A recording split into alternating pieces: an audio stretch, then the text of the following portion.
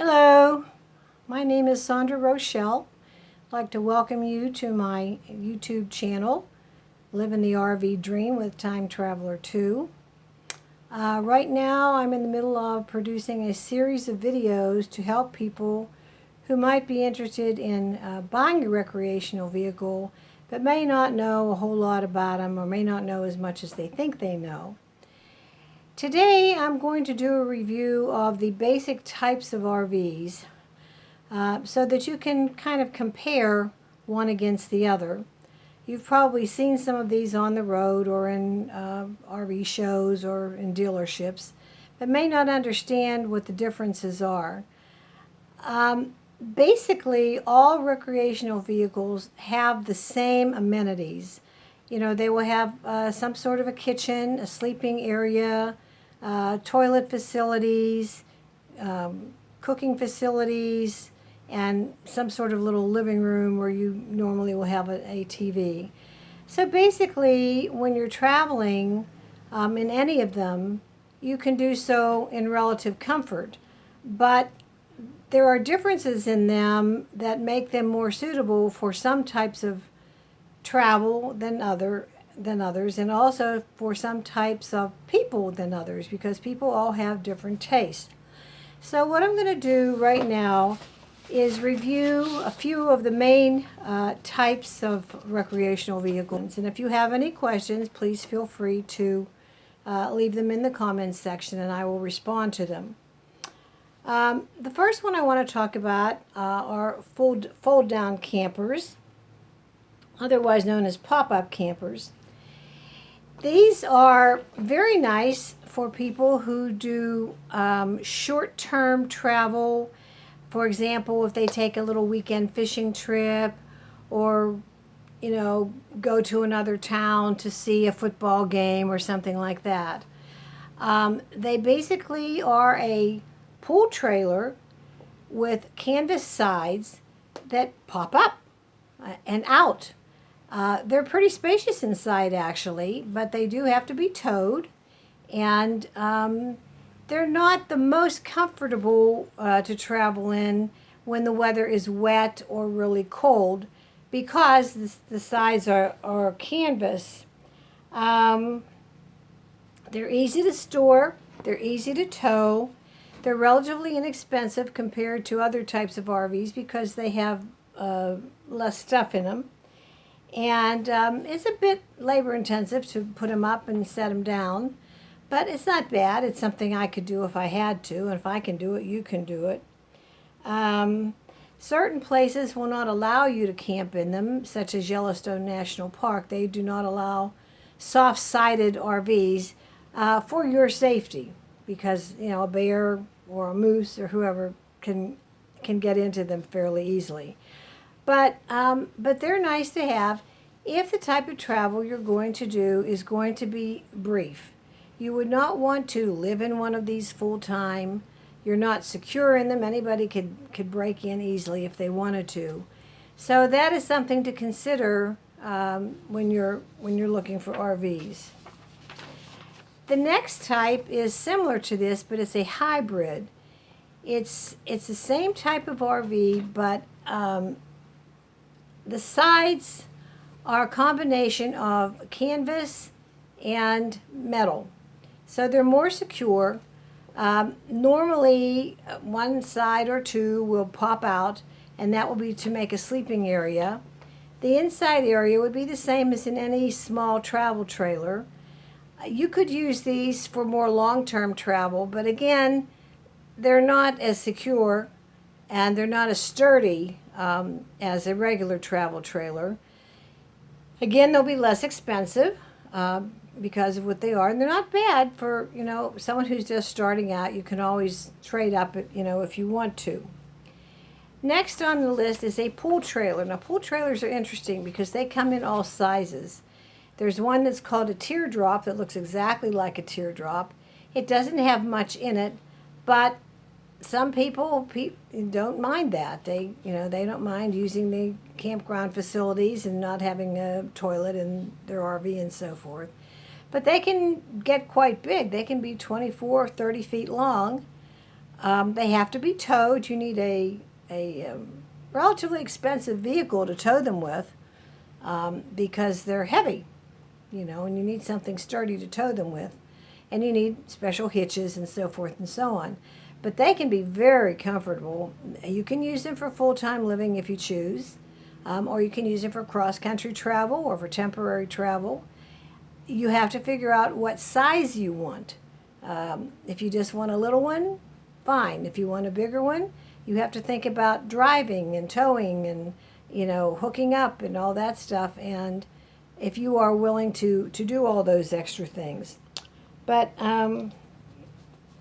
these attach to the rear of your vehicle, and when you are parked in a campsite, you disattach from them, and then you have your car for activities and traveling around, and you always have your little apartment waiting for you when you get back.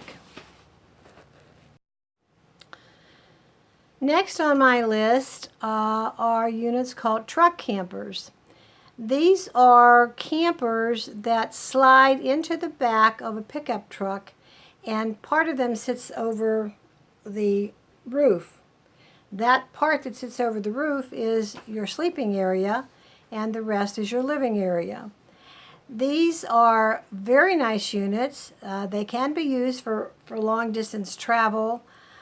And I have done that with them, but they can get mighty small, mighty fast.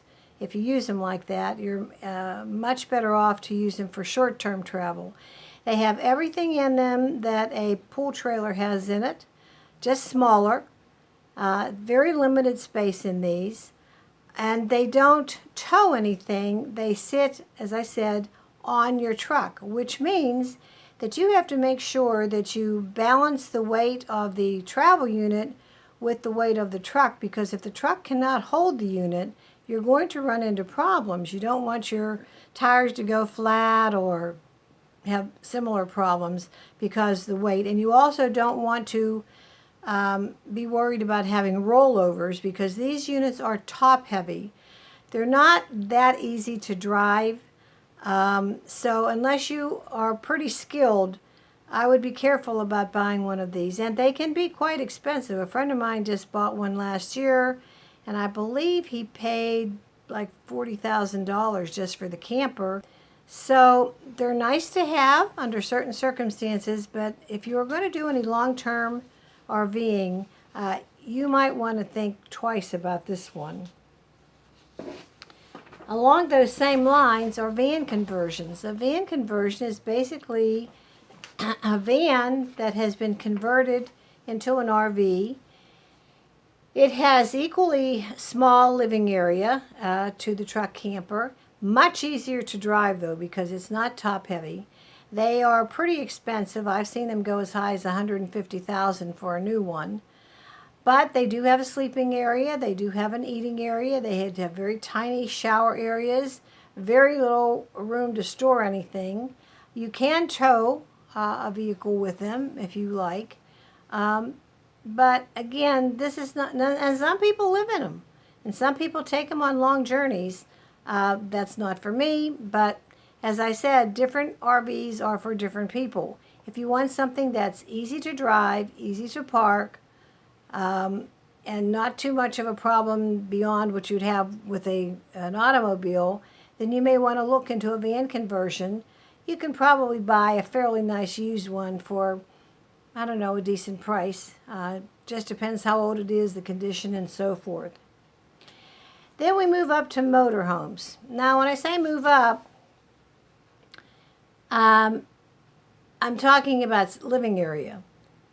Even small motorhomes have more living area than some of these other units that I have talked about. Motorhomes can be quite small, or they can be huge. I think the biggest one I've seen so far is 45 feet long with maybe 4 slide rooms. These things, you go in them, they're like you're in the middle of a bowling alley. They are very expensive.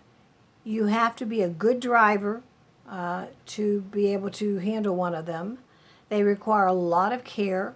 You would normally tow a car with them, which means you're going to have, special hitch and so forth. But when you get to where you're going, They're wonderful. It's just like having a house with you. They have nice galleys, and some of them have king-size beds. Some of them have fireplaces. They have all kinds of luxuries in them. Depends, what you want to spend for them.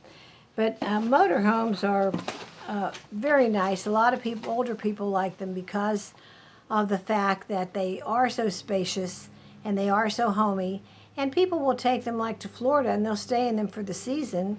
And it really saves them a lot of money, because if you stayed in a hotel for that period of time and ate in restaurants, it would be pretty expensive. You can do that in a motorhome for about $600 a month, which is way less than your hotel rooms would run you.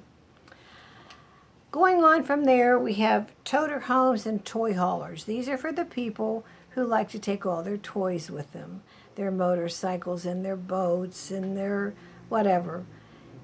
They have room in them. Some of them have like a garage in the back, and you can actually drive a vehicle in there and take the vehicle inside of the RV with you. People who have them love them. They're big. You have to know what you're doing driving them and so forth, but if you like to take your goodies with you, these would be the ones for you to have. Now, having said that about all of these RVs, you need to know that most of them are going to require an automobile of some sort, an automobile or a truck or a van, either to tow them or to be towed by them. And you have to be careful with that, because some vehicles are not towable. Some vehicles cannot handle the weight of the RV, and some RVs cannot handle the weight of the vehicle. They have to match. Okay? So all RVs are weight rated for towables, and you can find this information at your RV dealer when you go shopping. At any rate, these are the basic types of RVs. You have to decide how much room you want to have for livable space. Remember that the average RV is only about 400 to 500 square feet. That's not much if you're coming out of a 3,000 square foot home or condo to be living full time, or even to be traveling in one. So you need to think about how much room you're going to need. If you're a big person, you're going to need a big shower. If you like to cook, you're going to need a kitchen area with plenty of counter space. So think about, what you want, what you're going to use your unit for before you ever go shopping. Because once you buy it, it's yours. And let me tell you, a lot of people wind up trading very quickly because their shower's too small, the couch isn't comfortable enough, the bed isn't big enough, or whatever. So shop carefully, look around, write down what you really want so that you don't make a mistake.